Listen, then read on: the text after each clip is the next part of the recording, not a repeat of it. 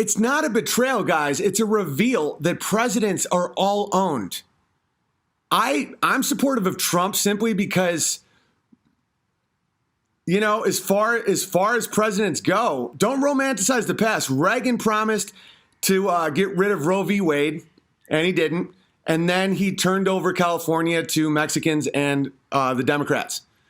Horrible betrayal. He promised all the Catholics he would overturn Roe v. Wade. Back in the 80s, that was still possible because the baby machine the industry hadn't been put in place as hardcore now, and he didn't. And then George H.W., you know, was one of the biggest drug dealers in the history of the world. George W. pretty much erased the Fourth Amendment from the Constitution with an eraser.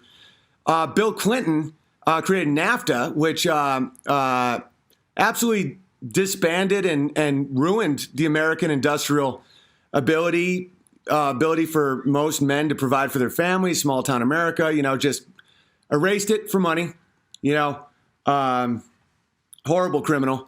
And then Obama was the worst because he made America hate itself as he committed war crimes, getting the Nobel Peace Prize, ushering in a new America that focuses on the hatred of white people and everything people say is the opposite. So when you look at Trump, and I don't think that a president will save you. The government doesn't save you. The government is a DMV employee. They don't have power. Just look at the win that he's a white dude who doesn't hate white dudes, and he appoints good judges, and he kept us out of a war with Russia. Is he owned? Of course. Is he selling out America demographically? Yes. He does not have that ability. Do you think that guy doesn't want to be the hero and build a wall? Guys, I swear to God, I think the banditos or the, like a prison, like the Aryan Brotherhood in prison, or like they have a more consistent and fair power structure than the current American government. Federal Reserve, 1913, you know, then the women get the right to vote, and they're the most easily manipulated by propaganda. And, you know, was Trump around in 65? Is he a liar? Yes. Is he an opportunist? Yes. Is he out for his own business? Yes. Is he an egomaniac? Yes. Is he the best president we've had in probably 150 years? Absolutely. You know how rare it is just to rhetorically say America matters? You know, you're not evil because you're white. And it's all a culture war. These political figures don't have the power you think they do. You know, there's so many countries in the world that they can make a law they want. No one follows it. Like Italy. Italy's been run by so many criminals for so long that no one, like people will park their car like on top of a fountain because no one will make you pay the ticket. And it's just universally accepted that the government is just another crime family. Like drug dealers may own a corner. Dude, Walgreens is the drug dealer. They have all the corners. Rite Aid, it's right there. They will sell you heroin, basically synthetic crack, you know, all because a doctor, you know, a modern priest says it will make you well. Trump is an actual alpha who wants to win and can't because the president doesn't really have power. You know, Israel has more power than Trump. That's why I still support him. It's like the fact he doesn't hate white people. And when people say, oh, you're selling out, you should ask more of your president. Name one that was a truth teller. Reagan sold out California and lied about abortion. I mean, the wall's tragic. The demographic in America is going to be the end of America, but baby murder. Reagan was supported by the Catholic Church because he promised to overturn Roe v. Wade. That is way more tragic. Baby murder, mass baby genocide. And he politically avoided it to be reelected. That's way worse than a wall. And when you understand that you're dealing with a crime syndicate, you can't just be like, I won't vote until I get the perfect president. Well, now you're out of the voting, and the other option is someone who demographically despises you and wants you to pay racial reparations and make you sterile and not allow you to protect yourself. At least the right, the Republicans are shills, but at least they have to pretend not to be. You know, and that matters because the soul of America is not on Capitol Hill. It's not. It's in your family. It's in your home.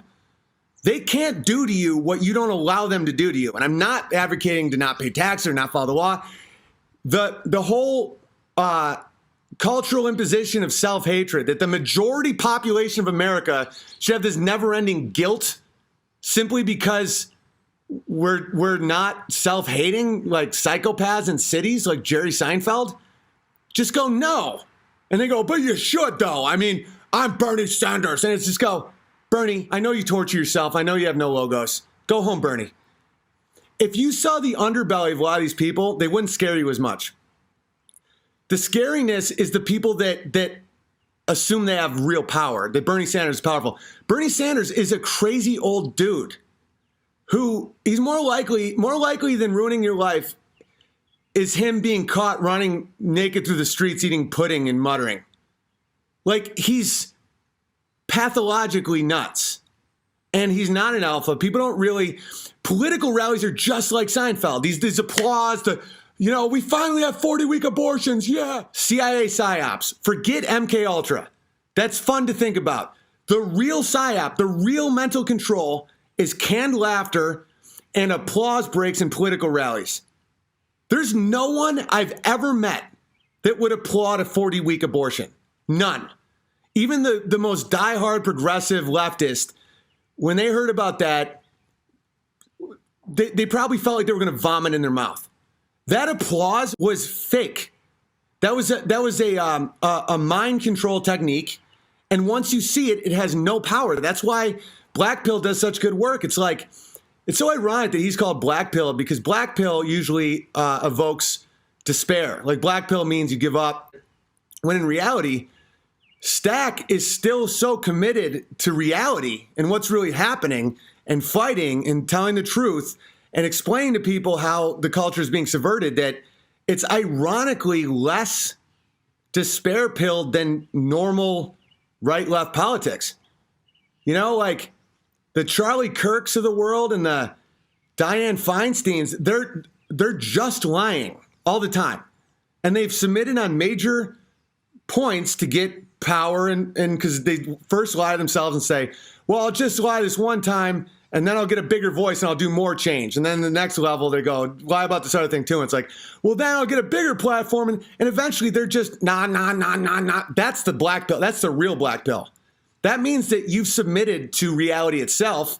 You're an absolute slave and you won't be able to react accordingly if anything comes bad at all. Most people aren't that.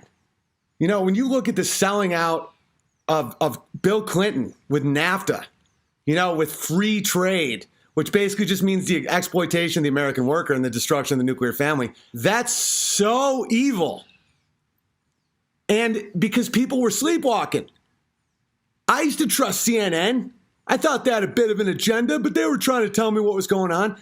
CNN is the rantings of madness. These political figures don't really have power. We all know this now, and we're having a great time because it allows you, ironically, to reconnect with what life really is. What the price of everything, the value of nothing. Don't be scared to look at this in the eye. Stay away from the stuff that gives you like cortisol because it really does hurt your health. Everybody has different topics. Some people can't touch the moon landing because their grandpa was like an engineer and used to sing them lullabies and they don't want to talk about the moon landing. That's fine with me. The moon landing gives me zero cortisol. I think it's insanely funny watching people try and lie for 50 years. This gives me zero anxiety. You have to understand how small most nation states typically are. Like a real, true, kin-oriented nation is never 4,000 miles wide. Even Germany is still like a kind of a confederation, like Otto von Bismarck and all that. Like a lot of these places used to be way smaller. They would war all the time.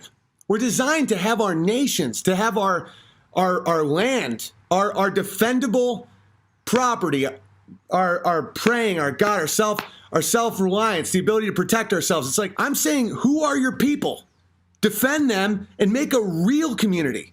Human beings are not designed to have 9 time zone empires because you don't love each other. You don't have history. You don't have blood. It's like, what are we connected by? Starbucks? I'll tell you what will really help you. Having love. knowing that your love, your purpose, your meaning comes from there and in the heart of your wife and your children and your ability to protect and provide for them. Build.